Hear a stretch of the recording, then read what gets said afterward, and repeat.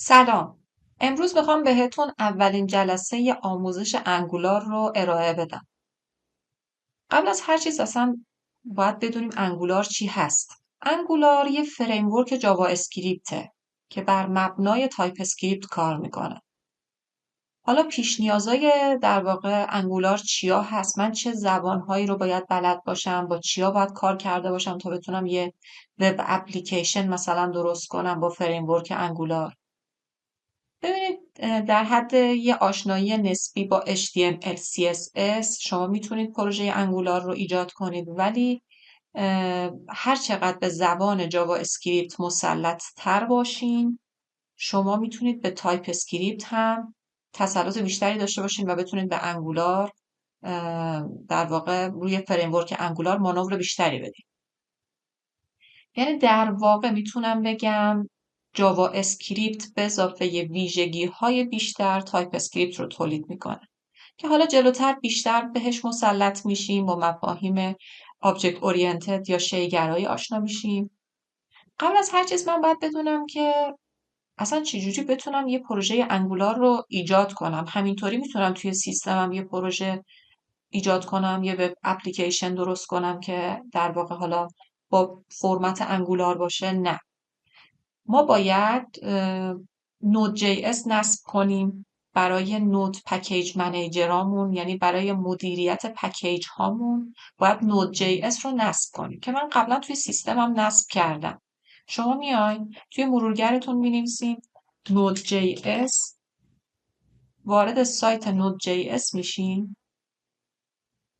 حالا بسته به ورژنی که شما دارین کار میکنید، ورژن انگولاری که شما دارین کار میکنید، ورژن نودتون هم باید باهاش سازگار یا کامپتیبل باشه. این مثلا ورژن LTS شه، لانگ ترم ساپورتشه.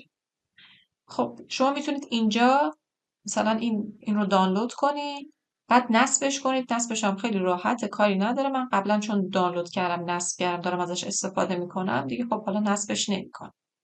چیز دیگه ای هم که باید توی پروژمون استفاده کنیم خود انگولاره، یعنی خود انگولار رو هم باید نصب کنیم. الان ورژن انگولار آخرین ورژنش 19 هستش، ولی ما میخوایم از ورژن های پایین تر شروع کنیم که حالا کار با ماژول ها رو اینا رو هم یاد بگیریم. من میخوام یه پروژه جدید ایجاد کنم با فرمت در واقع انگولار.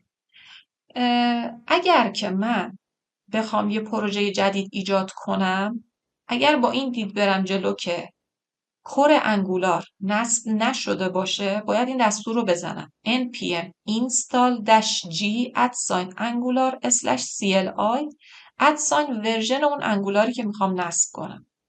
حالا npm مخفف چیه؟ مخفف نود پکیج منیجره که برای مدیریت نود هامونه. این استالم که میتونه حرف آی باشه به معنی نصب، -g G به معنی گلوباله، @angular/cli رو هم که حالا باید بزنیم و اینم که ورژنشه. حالا اینجا میگه من ورژن 14 رو نصب میکنم. من این کار رو هم قبلا کردم، با این دید میرم جلو یه پروژه جدید ایجاد میکنم که حالا این رو از قبل نصب کردم. ولی شما اگه بار اولتونه که دارید یک پروژه درست میکنید، یک وب اپلیکیشن درست میکنید که از انگولار میخواید داخلش استفاده کنید، باید این رو بزنید. حالا اگر ورژن نمیخواید بهش بدین، از ادساین به بعد رو اصلا نمیذارید، خودش اتومات میاد آخرین ورژن رو برای شما نصب میکنه. خب میگه که اگه میخواین یه دونه پروژه درست کنین، می‌نویسید ng new اسم اون پروژه. حالا اسم پروژهتون هر چی میتونه باشه مرتبط با اون چیزی که میخواین درست کنین. ng new یعنی یه نیو میگیرین، اسم پروژهتون رو میسازین. ng serve هم برای سرو پروژه است که ببینید چی براتون ایجاد شده. حالا من توی یکی از درایو های دلخواهم که اف میام اینجا cmd رو میزنم، اینجا می‌نویسم ng new مثلا my app یا هر چیزی که شما مثلا دوست دارید میتونید ایجاد کنید. حالا اینجا میگه would you like to add angular routing، میگه راوتینگ میخوای من برات فایل های راوتینگ رو ایجاد کنم. حالا جلوتر با راوتینگ ها آشنا میشین. من وای رو میزنم به معنی yes. میگه فرمت CSS هایی که میخوای استفاده بشه CSS باشه.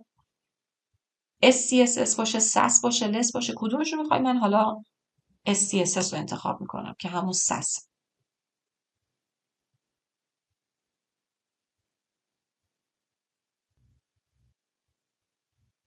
خب الان در واقع پروژه من ایجاد شد. من میتونم وارد فولدر پروژم بشم. اینجا می نویسم cd my باشه.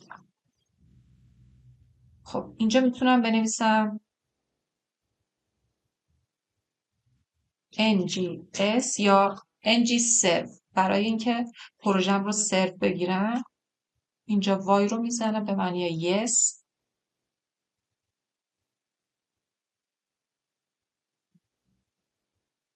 خب دیگه روی پورت 4200 تو میتونی پروژه رو سرو کنی.